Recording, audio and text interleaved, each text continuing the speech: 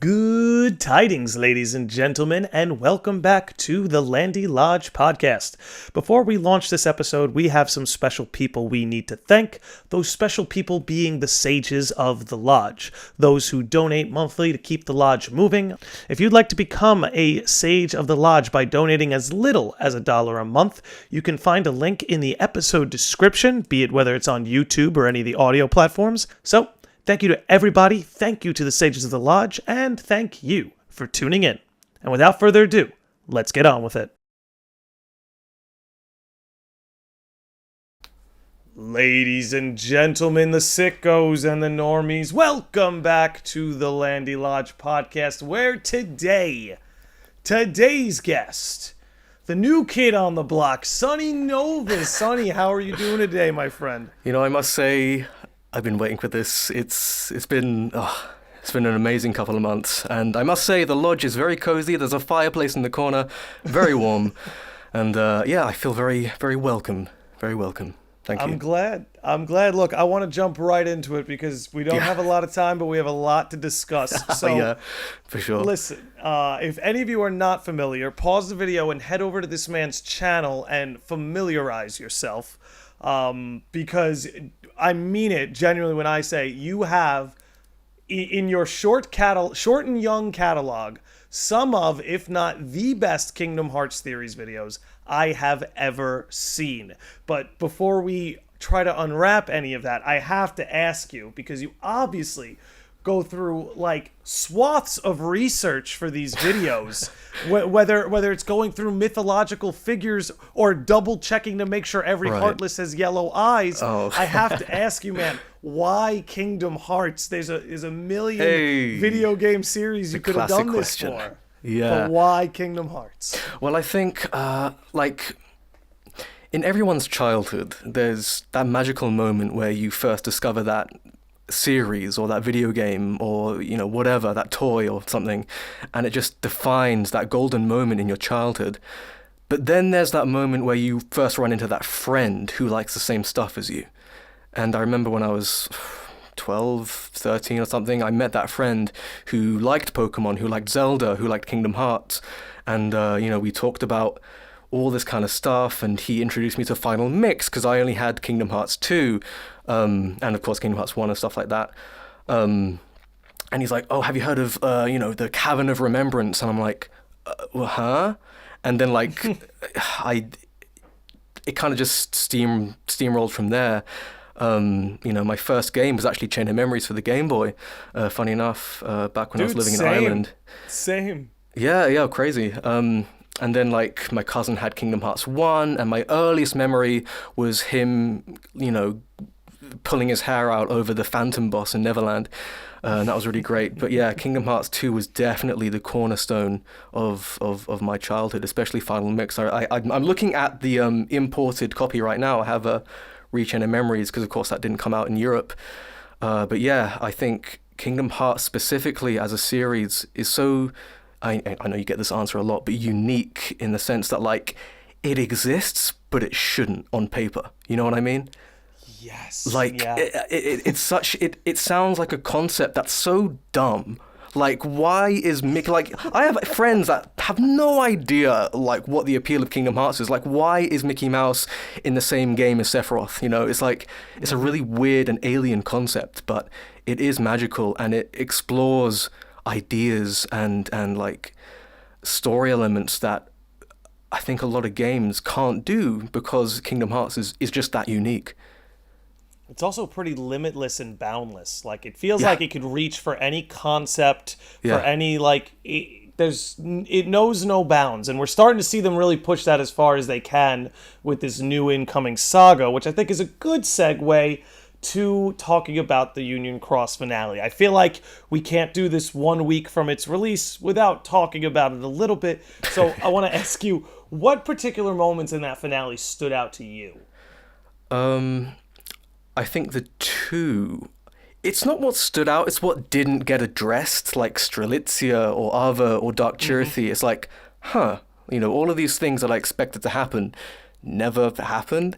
And I think what stood out to me the most was, of course, Xehanort being the quote-unquote reincarnation of the player, and, of course, the Lushu brain ordeal, whatever's going on there. I'm sorry if you want answers from me. I'm still trying to wrap my head around it. But yeah, that's the first time we have either seen Lushu hop into a body, or it's the first time that we've seen someone coexist without a body. You know, if Lushu Right. has Brain's body, what's he doing in old Scala, Gothic Victorian Scala? I mean, we can get into that if you want to hear my takes, but I'd yeah, love that. That's what we're here for, man. Give us your Right. take. yeah. I mean, definitely those 2 points, like Xehanort and his connection with the player, and of course Brain. I think the sensible choice with the Brain Lushu thing is that like Lushu took his body and sent his heart into the future, where it reformed, and like the waypoint method, Yes. because there are three attributes. There are there's the medium, the waypoint, and the person with memories. That's what the Master of Masters said. He said that the eye is the medium, Lushu has the memories, and the Book of Prophecies has a waypoint. I don't know if it works like that with everyone, but for sure we need a medium and someone with memories. And I can't think who could have memories in that time period other than Lushu himself. So we don't know what's going on with Ava, we don't know where she is, but we know the deal with all the union leaders and where they end up in the future. So they can't be there in Scala to remember Brain. And of course, Lushu didn't meet any of the other dandelions or, stuff. So like, who's their waypoint? Like, who brought Lorien back? Who brought Elrena back? It's like a lot of questions. Like, dude, if Lushu met those guys in the ending, right, it just would have answered so many questions. But like, the fact that Lushu only pulls up to Brain and is like, yo, it'll be a shame if your life ends here, and then it cuts and like, oh, of course, right? Like, fucking, seriously. Classic Well, Kingdom Hearts. I'm still trying, like I said, like you, I'm still trying to wrap my head around a bunch of that sort of stuff. But I can't shake the feeling that in some ways Lushu saved Brain. Right, yeah. Like, sure. Brain was ready to sacrifice himself so that his friends could live, and Lucia was like, oh, wouldn't it be he says to before, like, oh, you're brilliant. Yeah. It would be such a shame if your life Right. were to end here. I have to think they cut some kind of deal. Yeah, and that yeah, maybe same. do you think it's possible like Lucia and Brain actually might be like co-collaborators on something going for on sure. right now? Because I don't know how like deep Kingdom Hearts as a series goes into this, but it doesn't seem that Brain put up a fight. And we know that Ven and Lorien and Elrena must have lost their memories, so why didn't Brain? So like, Brain still remembers fondly Ephema, right? He sheds he a didn't tear take over a the life statue, vote. right? So it's Yeah. like, not only did he reform his body in the future with presumably his hat being the waypoint, the hat that Sigurd gives him, but also he retains his memories. So there's a lot of interesting mechanics at play going on. Yeah, that's oh my god.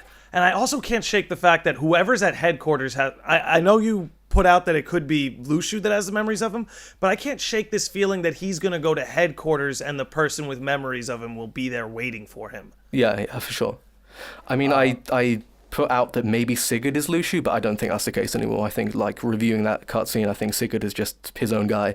But I could just be think, Sigurd. like, it would make sense that Lushu is somewhere in that time period. We don't know what's happening with Ava, we don't know where Strelitzia is, and we kind of know where the Union leaders end up. Skuld is probably Subject X, right? So it's like, if we At just... this point, through like a process of elimination, it seems Yeah. like Skuld most certainly is. Like, if we Subject just X. view the cards, we can just kind of see what hand they're going to play. So it's like, put two and two together, it's got to be Lushu, I suppose. Like, who else would have gotta be memories of Brain? Lushu. The only other thing I could try to think of at this point is that maybe because the player became reincarnated into Xehanort's heart or dissolved into Xehanort's heart, Right. still awaiting the official translation on that, Yeah. but it's possible that maybe because Ansem or Xemnas were around, that could qualify. Because Yeah. there's some piece of the player's heart there. Exactly. I don't know. If I had to pull something out, that's all I could really think of right now. Yeah, exactly, because it's not clear whether those dreams that Xehanort has of his past life are counted as memories, or if they're just dreams. We don't really know yet. But we do know that Xehanort, or at least young Xehanort, has some sort of knowledge of not only the past and the truth of the Book of Prophecies, but also unreality. Let's go into Xehanort reincarnating into the player, because that's or vice versa, player quote unquote reincarnating into Xehanort. You said that stood out to you as well. Is there anything in particular that jumps out of your brain when you see this? Well, I had like a bingo card before the video started, and I actually put like Xehanort on player connection because, you know, in the intro of Dark Road we see young Xehanort on the beach, and he has memories of his past life, or well, presumably his past life back then we didn't know, and we were like, oh, is he the player's nobody? No heart, X, and then oh my god, he's the, you know, it's like, so we had a bunch of that, you know, all those thoughts, but like, reincarnation existing in the lore is huge. Like the ramifications of that just being a plot mechanic it changes everything, dude. Like seriously. Like we don't know, like, did the Master of Masters have a past life? Okay, like he must have this knowledge if he can like hop between reality and unreality, and like, you know, he obviously knows a lot more than he lets on. So it's like, also, one thing that really stands out to me about Gothic Scala, I'm just going to call it Gothic Victorian Scala, right? There are monuments on the buildings that are angels. Where have we seen, like, that's like religious, you know, that's context, you know, religious context. And it's like, as far as the characters know, you know, the Age of Fairy Tales is kind of like the quote-unquote religion of the series, as far as the characters know. Of course, we know that it goes way back then. It's very Garden of Eden-ish, right? Yeah. You know? Yeah. So it's like, where did the angel imagery come from? Like, it has to have a source. I mean, it could just be like, oh, it looks pretty, so we're just going to put angels in there. But it's like, there are people with wings, and they have to have, like, there has to be some sort of origin for that. Like, that's literally, you know, like, environmental storytelling. You know, I it's so funny. I have to pull this up, and maybe I'll throw up an image on the podcast itself. But I don't recall seeing that. Oh, but, yeah, there are like people there are people with hoods, and we've, you know, not like the standard black hoods, but like robes. Well, like Sigurd. Yeah. Well, not like Sigurd, but there are people with wings, like angel wings, like statues, like on top of it's right at the end after the after Luciu pulls down his hood, you know, that kind of epilogue when Brain wakes up, and we see them in the background, which is just, that's kind of weird to me. It could just be environmental. It could just be like, oh, they look cool, but like, oh my, okay, yeah, I'm looking at it now. You're right. Yeah. Whoa. Yeah. Where did they come from? And we know that the Master of Masters has an even origin story. So it's like, is he like being fallen angel Lucifer? You know. Yeah. Where might we have heard that one before? Yeah. This is very weird. This is crazy. You know, I'm seeing, like, they're all wearing robes. There seems to be, there's like a big bird too. Yeah. See that? Where did this stuff come from? Yeah. No, this is something wild. I mean, if people are going to draw the comparison in, you know, for the mansion in Twilight Town having the unicorn symbol, then it's like, I think angels, like, that's so weird to me. We've never seen like that kind of structure, unless it's like in a Disney world and it's part of that, you know, movie or something like that, right? But like, in terms of an original world, I was gonna say unique to Kingdom Hearts' own lore in their own worlds. We've never seen something like this before. Of course, like Gothic Scala looking radically different from New Scala, which is in Kingdom Hearts 3. That's a whole other can of worms. Yeah, and I have to believe that this is at least, I have to believe this is like a past Scala, right? Because it's implied that Brain is Ericus's ancestor, and if this is where Brain traveled to, this must be before Ericus's time.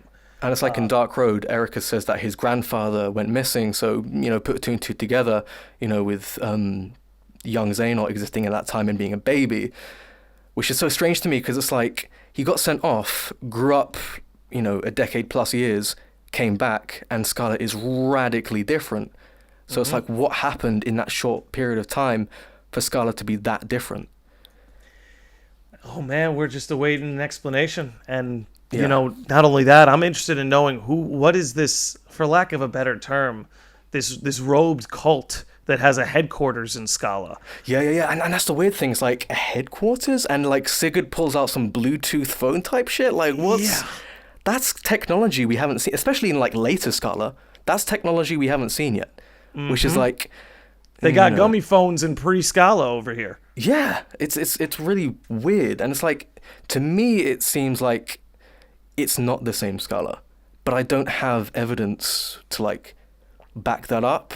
It's because it's so radically... I mean, like, we have like evidence prior in the series, Aqua literally turning Land of Departure into Castle Oblivion in like a matter of seconds.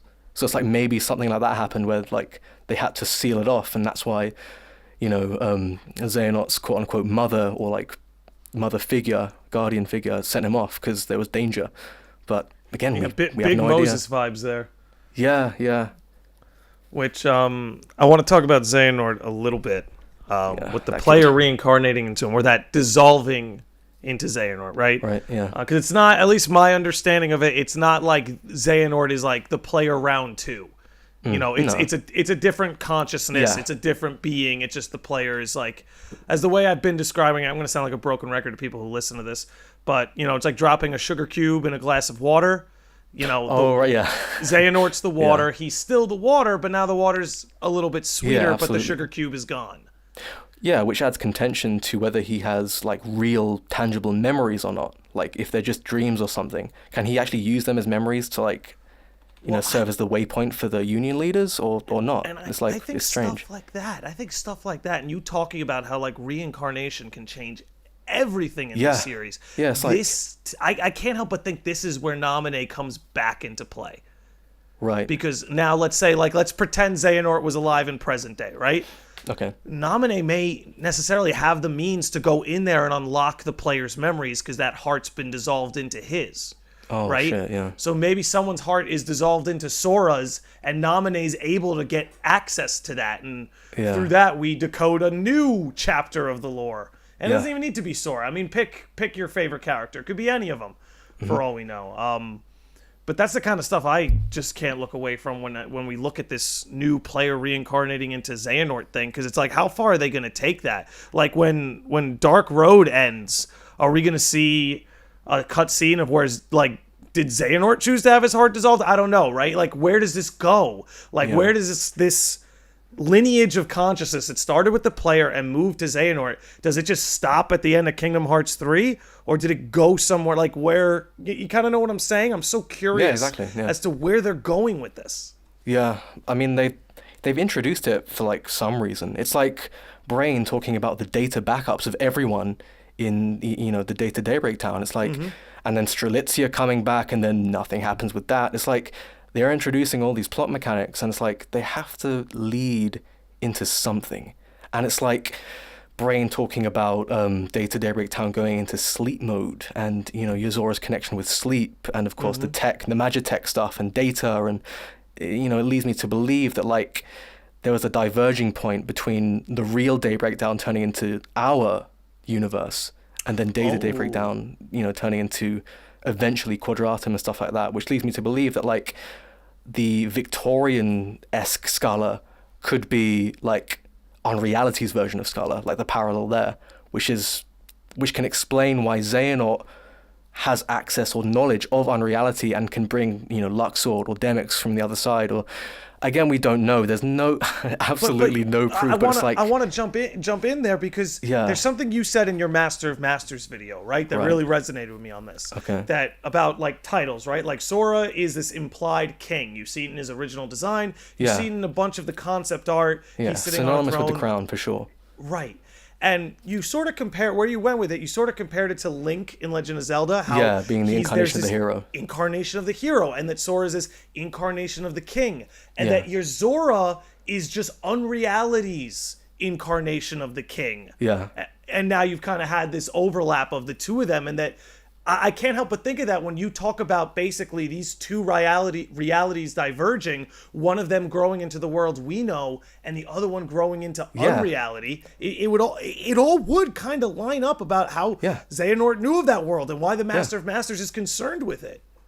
Yeah, because we have all this like explanation like of data backups and that world falling into a sleep mode. And of course we have the game Central Station from Wreck-It Ralph, and the darkness is leading there. And it's like all of this, like, Data Daybreak Town just, it's not like that it doesn't exist anymore. No, I think it's changed. I think something happened, like a split in time, I think, which is what the Master of Masters wanted. He said, like, there's, what's the difference between living beings and humans, right? Humans want to believe in something after death. They want to believe in something more, like another life.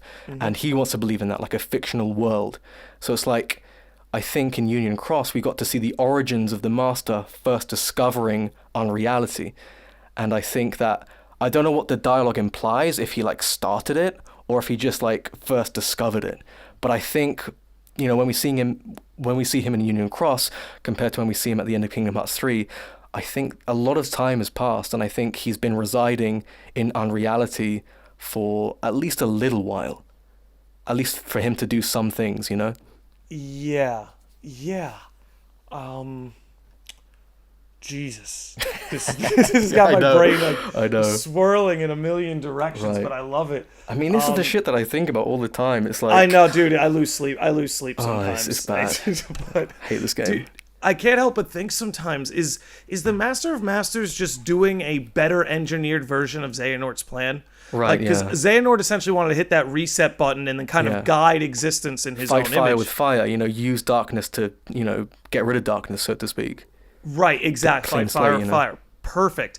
I can't help but think that the Master of Masters is like, he has that same end goal, but he's like, no, you don't do it this way. You do it this way. You co-engineer this other reality that isn't bound by our rules and laws. And then you can sort of manipulate that and insert stimuli to like create the world that you want. And I've seen a lot of people throw around the idea that, you notice when he makes the heart over the moon in the Secret movie? Yep. That maybe maybe part of his end goal is to bring the true Kingdom Hearts into this unreality, to almost like sort of merge the two in some way. I don't know, just spitballing. One of the things I love about the Master is... No, I think so too, yeah, for sure. Go ahead. All I was going to say is one of the things I love about him is like, he's still so gray and foggy that we can make great educated guesses, but we don't even know when he's lying or telling the truth. When he says things. He's so muddy. It's crazy. And also, it's like, the only, like, I guess, connection we have with him right now in the series is through Lushu.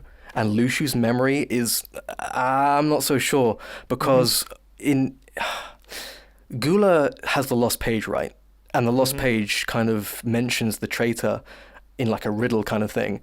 And one of the lines is the traitor goes forward into the future with truth misunderstood. So I think that he really did misunderstand the Master, and his kind of, I mean, how long has it been since the Age of Fairy Tales? Like, Lushu has lived countless lives, and it's like, who knows if he's even the same person anymore deep down. I mean, he's still Lushu, but like, it's so funny. He's lived so many lives. He could be foggy in like a completely different way. Yeah. That like it's oversaturated. There's just too much going on in there. There's something funny. You bring up Gula the Lost Page, and all of us need to take a step back if we ever thought that like Ava's the traitor, Gula's the traitor, which is what everyone thought at first. Like, Lushu fulfilled his role, right? It was so simple the whole time. The one who bears the sigil. Like, Lushu is the only one with an X in his name. Yeah.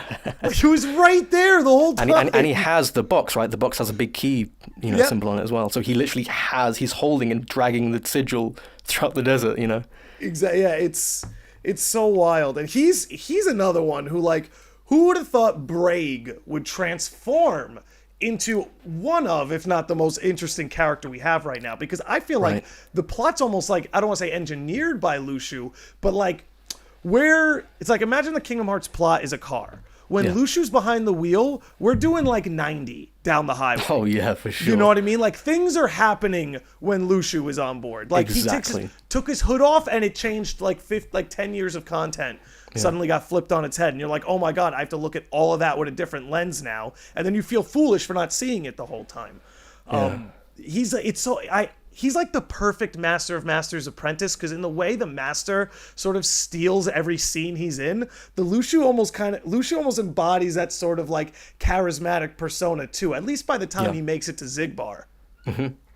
Zigbar's been my favorite character in the series since I think 2008, 2009. Like ever since Birth by Sleep came out, when like Break did stuff. Ever since then, Break slash Zigbar has always been my favorite character. And when he got revealed as Lushu in the end of Kingdom Hearts 3, it just added more icing to the cake. You know, it was like, like not only did he not die, but he's actually a really, really important character now, which is so like, I love it. And I just wanted to touch on something regarding Xehanort and like cutscenes and stuff like that with the Master of Masters. In the beginning of Remind, we get that cutscene with young Xehanort and the Master of Masters, right? And I think that's kind of like a duality between order and chaos. Like literally, Xehanort says like he wants to create order with an iron fist, and like, you know, Master of Masters like, why not sit back and watch it play out? And he's just kind of like this fence-sitting, you know, he just wants chaos, right? But there's one thing that if I could go back and change my Master of Masters video, I'd actually switch Sol with Moloch, as like, I think Sol has way more bearing now over like just more research and more things that I've seen and stuff like. Dude, I can't tell you how happy I am that you said that, because one of the things I want to touch on this video is like, I'm praying for it to be Sol. Right, now here's the thing, right?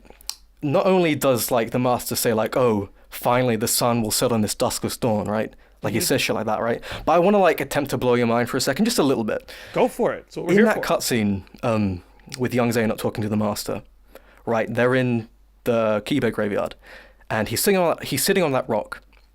Young Xehanort comes, and like everyone's talking about like their interactions, like my name is blank, or flash of light and stuff like that, which is great. It's a great find. Like, you know, the truth is what you see, and what was it? The truth is what you see with your eyes, not what you hear. No, yeah, exactly right. So it's like, oh, we literally see a flash of light, but people aren't talking about the second half of that cutscene, the flash forward 75 years later, right?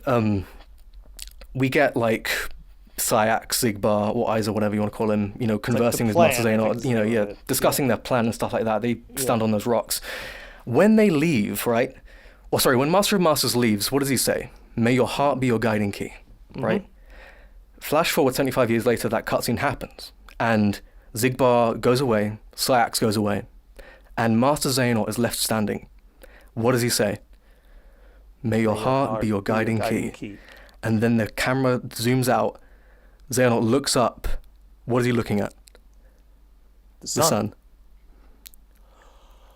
Now, here's the thing, right? No, it doesn't end here, right? I hope it doesn't. Keep going. No, okay, so in the previous, like, I looked back, right? If you see that cutscene with Master Xehanort sitting down and the Master sitting next to him, or sorry, young Xehanort sitting down and the Master sitting next to him, the sun is always above the Master's head. It is never above Xehanort's head. Like, literally, it is always above the Master's head in every shot. Look back on it.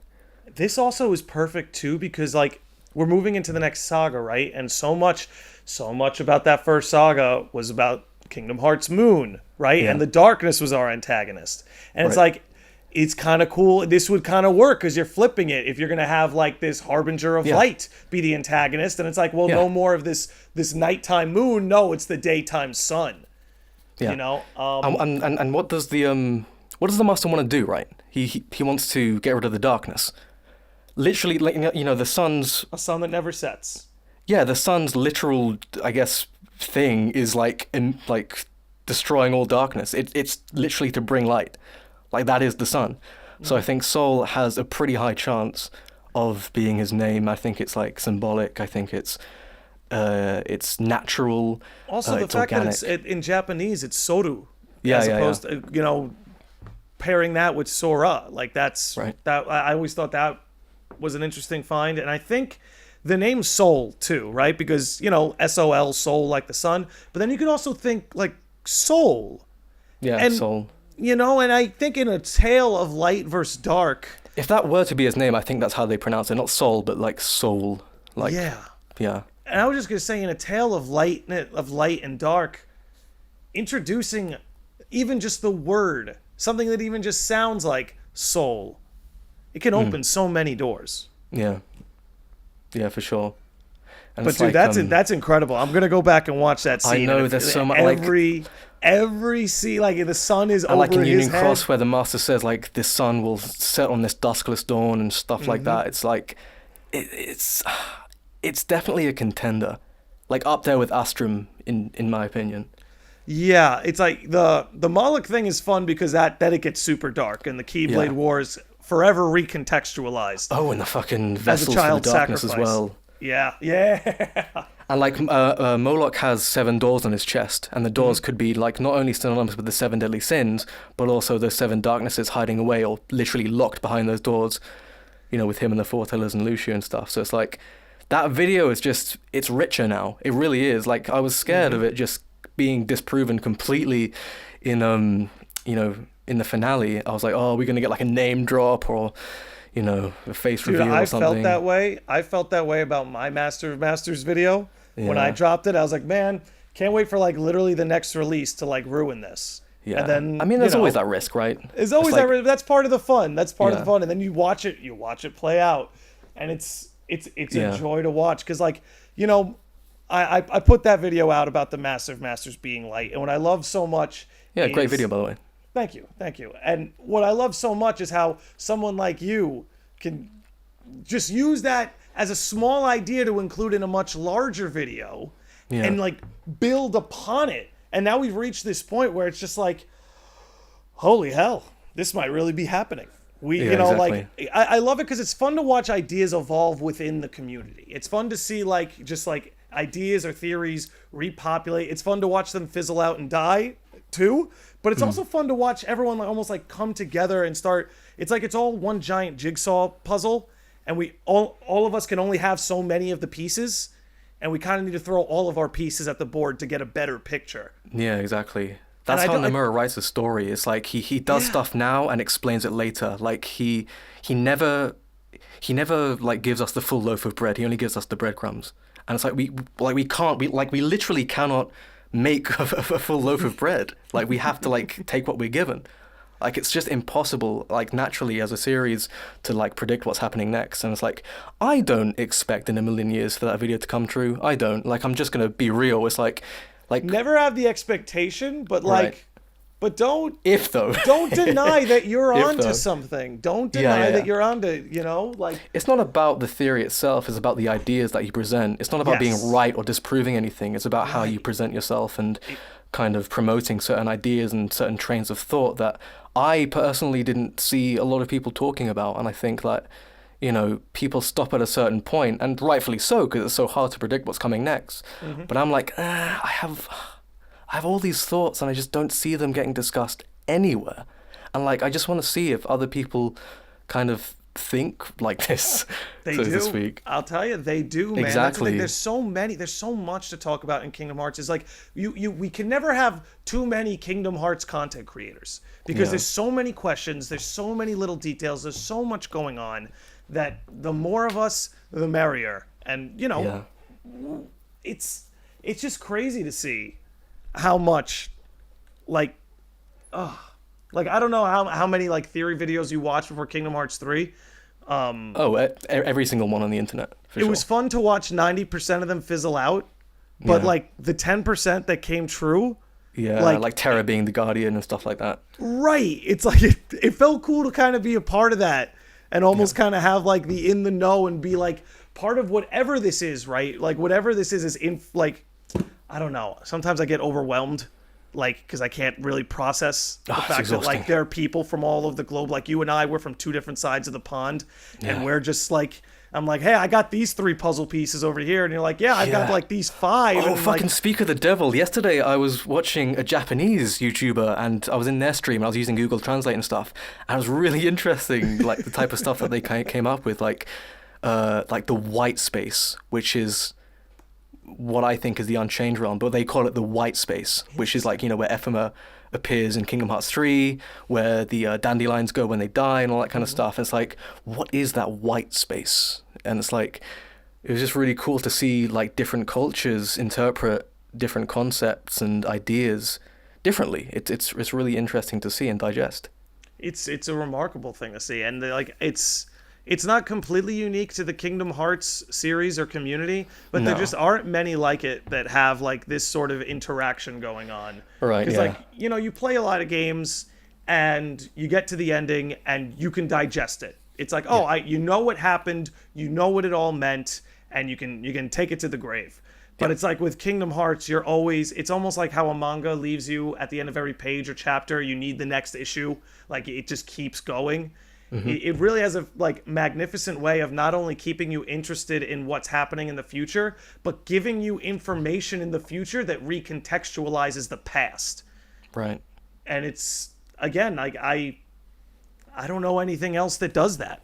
Yeah, I mean, before I was watching, like, this was way back in the day. Like, before I was, watching Kingdom Hearts content, let alone making it, I really enjoyed Zelda theories and, like, Ocarina of Time, Majora's Mask stuff. And in a different world line, because I'm such a huge, huge Silent Hill fan, I would have been, like, the Silent Hill theory guy. But, like, I think because that series is kind of, MIA, so sad. Kingdom Hearts is there, and I don't know if Nomura said this, but like it's in a dry spell, quote unquote, and like not really. Like Kingdom Hearts 3 gave us a lot to unpack, and there's still so much more to unpack, and we have Union Cross finale and Dark Road coming out, I think, in September or something. So it's like we do have a lot of like rich, stuff to chew on. Yeah, it almost feels like it never stops, dude. I mean, Kingdom Hearts 3 came out in what was it, 2019? January 2019. Yeah. And in 2 years and like 5 months, we've gotten Remind, Melody of Memory, and Union Cross wrapping up to Melody its of Memory, finale, huh? and the start of Dark Road, like all in that 2 years. Like it's gone nowhere. It almost feels like it's ever present now. Yeah. Like we're always gonna be close to the next update of the story. Yeah. Right? Like we don't need a new game every single year. Like it's just We have so much to unpack and to chew on, and it's as you said, it's just never ending. It's always present. Yeah. Which on that note, do you anticipate us seeing anything Kingdom Hearts at E3? Because I don't. No. Me. No. Okay. I mean, question. don't lose hope. Yeah. Don't lose hope. That's the truth. No. Don't lose hope. No. Don't lose hope. Of course. I think, it's funny, right? Because it's like Nomura tells you, oh, it's good. He said, I don't know if he said dry spell, but he said something like, oh, we're not going to have any Kingdom Hearts news this year. So, but look forward to the 20th anniversary. Yeah. I can't shake the feeling we're going to get a game in 2022. Some people think he means an announcement, but I think, and it might take till Q4 of 2022, but I just see a game coming. Yeah, I think it's going to at least be announced. It might get delayed or something, but yeah, for sure. Like, we're going to see something in 2022 for sure, and I think it's going to be pretty big. Maybe not Kingdom Hearts 4 big, but like, Verum Rex and, whatever. But yeah, I don't know. Which, I want to go back. I'm glad you brought up Verum Rex, just to rewind a little bit. Okay, yeah. In believing that you're onto something and you're circling the drain. Look, I would be shocked if we're in some sense not getting a retelling of what Versus 13 was going to be. I'd be shocked if sure. Phase 2 of Kingdom Hearts isn't in some sense the story of Versus 13. The writing is just on the wall. Yeah. So, and that's just what I'm saying when I'm like, give yourself some credit. You know what I mean? Like, it's very possible. Everyone's theories could be wrong, but I think this whole Versus 13 combined with, the Master of Masters videos, I think it's onto something. I think it's onto something. It's so strange to me because it's like if you just look at Yozora's appearance and his clothes and stuff, just looking at him tells a story. And like he has the Sora skull and crossbones thing. It's like, okay, well, Sora's got to be a part of his mythos if he's like, I don't know, written in the Book of Prophecies, and like the Book of Prophecies is like their version of like the Bible or something, and it's like it kind of formed their, I guess. Can I pause you for 1 second? Yeah, sure. Because I think not everyone may know, because I think a lot of people know about the skull and keyblade crossbones on his shoulder. Yeah. But one thing I found that not many people have noticed that you pointed out, that's Sora's. Yeah, skull it's his hair, and again it has hair. the crown. Exactly.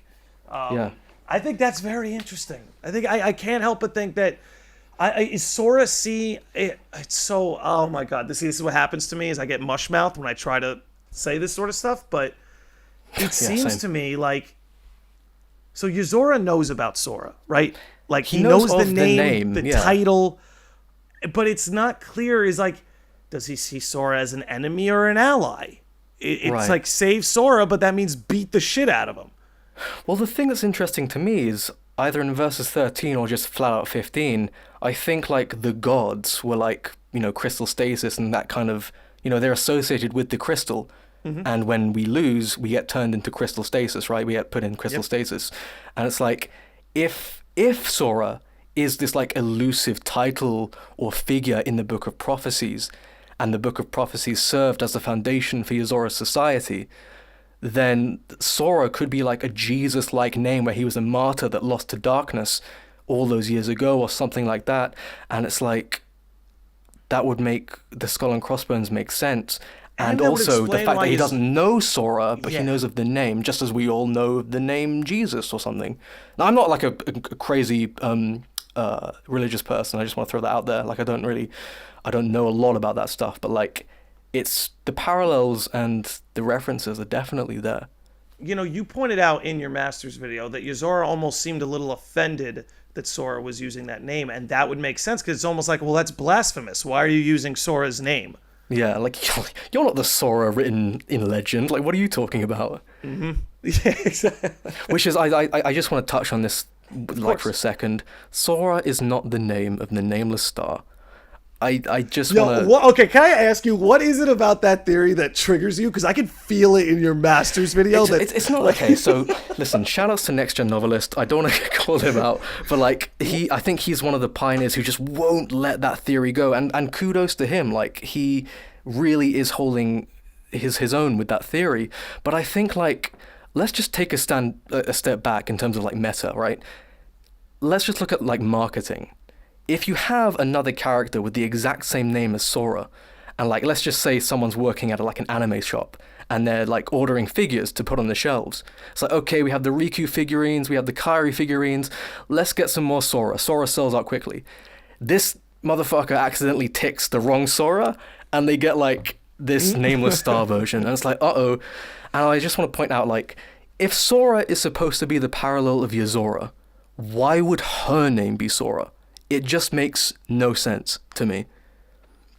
And I just don't think they'll go down that road. I'll say this, and a big shout out to Next Gen Novelists. I truly course, believe yeah, one of of the one of the best in the game right now. Absolutely. But I am on your side of the aisle with that, and I think your strongest point, because like outside of the marketing thing, which is a great point, don't get me wrong, but Kingdom Hearts is so crazy that like we said, they'll do anything. But I think the best point that you brought up in that video was when like Riku and Kairi approached the Nameless Star, they mentioned Sora's name, and she's never like, oh, that's my name too. Right. I think if her name was Sora, given the interactions with Riku and Kairi and Yozora's interactions with Sora, there'd be something a little bit more dense there. I just always find it funny that this theory seems to stand out to you. So No, it's much. just it's like, again, I could be completely wrong. Nobody knows what's right. I'm not like trying to disprove it or anything, but I'm like, I just don't think they'll go down that route. It's like the Master of Master. Like, don't get me started on Demix being the Master. I can't do it anymore, man. I can't. I'm going in the comments like, but Demix is funny and the Master's funny. That means they're the same person. And I'm like, no, dude, look at the fucking evidence, man. Like, please. Like, but it's okay. It's fine. Like, it's engagement, It's all right. fine. It's like, dude, if we were all in a room, like if there was like every Kingdom Hearts fans in a room and we're making this giant jigsaw puzzle, we're gonna have some disagreements about like, no, that piece doesn't belong course, there. of It course, goes yeah. over there. I'm just a guy. I'm just a I guy know, with thoughts. Hey, we're all adults here. We can talk about a cartoon game, and like, Yeah. we're gonna be all right. We're gonna survive. But we are now running up on time a little bit. But I wanted to leave you some time for any closing thoughts. Are there any last See, I topics told you want this to would go touch by on? so quickly. Yeah, go ahead. Yeah, I don't want to rush this out of here. We got time, but now's right. definitely the time to get like last thoughts, last topics in. Yeah, so basically, I suppose because I haven't really officially said this, but like I've grown relatively fast in the past couple of months. I've only uploaded 2 main videos, and I've got like as the time of recording this, over 2.5K, which is, to me, it is insane. And when I uploaded that first video, I thought that it was going to get like 20 views in like 6 months. I thought nobody's going to watch it. I'm spending all of these hours and days, weeks, editing this video, and like barely anyone's going to watch it. My friend who's into Kingdom Hearts, he said like, it's, like, are you sure you want to do this? And I'm like, if I'm going to do it, I'm going to do it, because it's like it goes against the meta of like uploading on a schedule or uploading daily, and it's a risk of time, and it paid off. So if anyone watching wants to get into theory crafting or just any Kingdom Hearts content, use me as an example to put effort into your videos, because it pays off. People are infatuated with effort, and they can see it. It really does pay off. And I think people can kind of relate to that, and people want to see it. And I just want to say thank you to everyone who subscribed or has even seen my videos or just saw the first 2 minutes and clicked off. Like, every single one of you means like the world. Like, there's just it's been a really crazy first 2 months, and I didn't know where it was going. But I do have a Patreon now if you want to support me. Because I want to have a new, like a computer so I can edit faster and maybe even stream and show you guys what I'm really like. And I'm not just super analytical all the time. Like, I'm kind of a laid back goofball. So if you guys feel need to throw me a couple bucks on Patreon or whatever, or not, just keep watching my videos. But I do really want to say just thank you to all of you. Yeah. Well, Sonny, let me tell you this. Okay. I saw that video, Yeah. that Master of Masters video, and it is the best Kingdom Hearts video I've ever seen. And I want to tell you why. We've touched on this okay. a little bit. It's not about these videos, all this content. It's not about being right. It's a lot of like what you said before. Mm-hmm. It's about sharing these ideas and contextualizing these ideas and kind of just inspiring others to, look into things more and think more and use their imagination and even just communicate in comment sections and stuff. But I want to bring it back here. In your young catalog, dude, they're so excited for what you are going to put out in the future. I genuinely mean it when I say the videos you have put up are some of, if not the best videos this community has to offer. You know what you're talking about. You're Right. very well researched. Your editing is beautiful. And like someone like me, dude, like I watch your videos and I say to myself, like, man, I've got to try harder. It's like what you said earlier, like that effort, people can see the effort and it resonates with them. I see it. I'm like, wow, this is a call for me to do better because I love these guys' videos so much. And you really do a fantastic job. And in the short time I've gotten to talk to you and know you, you're an absolute gentleman. Thank you. Absolutely, man. And you deserve everything and more. Like 2,500 subscribers is not nearly what you deserve. I commend you for your efforts. I want you to keep going and keep this up. I think you have an ability to bring some, like you were talking in the pre-roll a little bit, there's some conversations that we haven't been having and have been swept under the rug, like that second half of the Xehanort cutscene in Remind. And you have this love and passion for the series that resonates. And I would say anyone, if you've made it to this point in the podcast, please follow Sonny Novus. I will have all his links in the description. I really can't commend you enough, dude. I really think you're incredible at what you do. And I'm very thankful you came on here. This was a good time. And dude, like, keep crushing it, Anytime. man. You got Anytime. you got the lodge behind you. You got my support. Nice. Just It's keep all I've doing ever it. wanted. Yeah, okay. Well, set your sights a little higher, please. No, come on. I mean, you got in contact with me when I had like 400, 500 subs. Like, Because it wasn't about the subs, man. I saw Right. that video. I'm like, Yeah. this guy is great. thank you so much. Like, everything you just said, those are some really, really kind words. And, I've been inspired by you and so many other people. I've been watching Kingdom Hearts content for years now, and it's crazy to see some of these people that I've looked up to for so long talk about me in podcasts or shout me out on Twitter or comment on my video or like just follow me on Twitter, something like that. It's like, wow.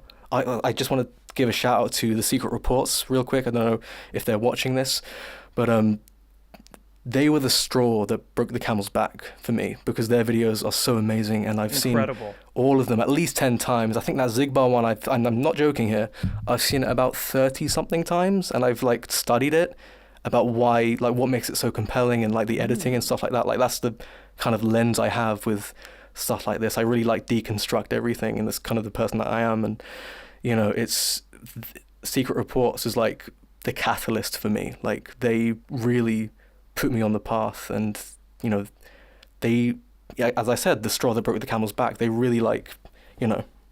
And I can see why, dude. I can see why. You know, she's another one where the quality of video she makes is through the roof. Oh yeah. You know, yeah. and this is what makes this kind of stuff so fun, is like everyone's just inspiring each other.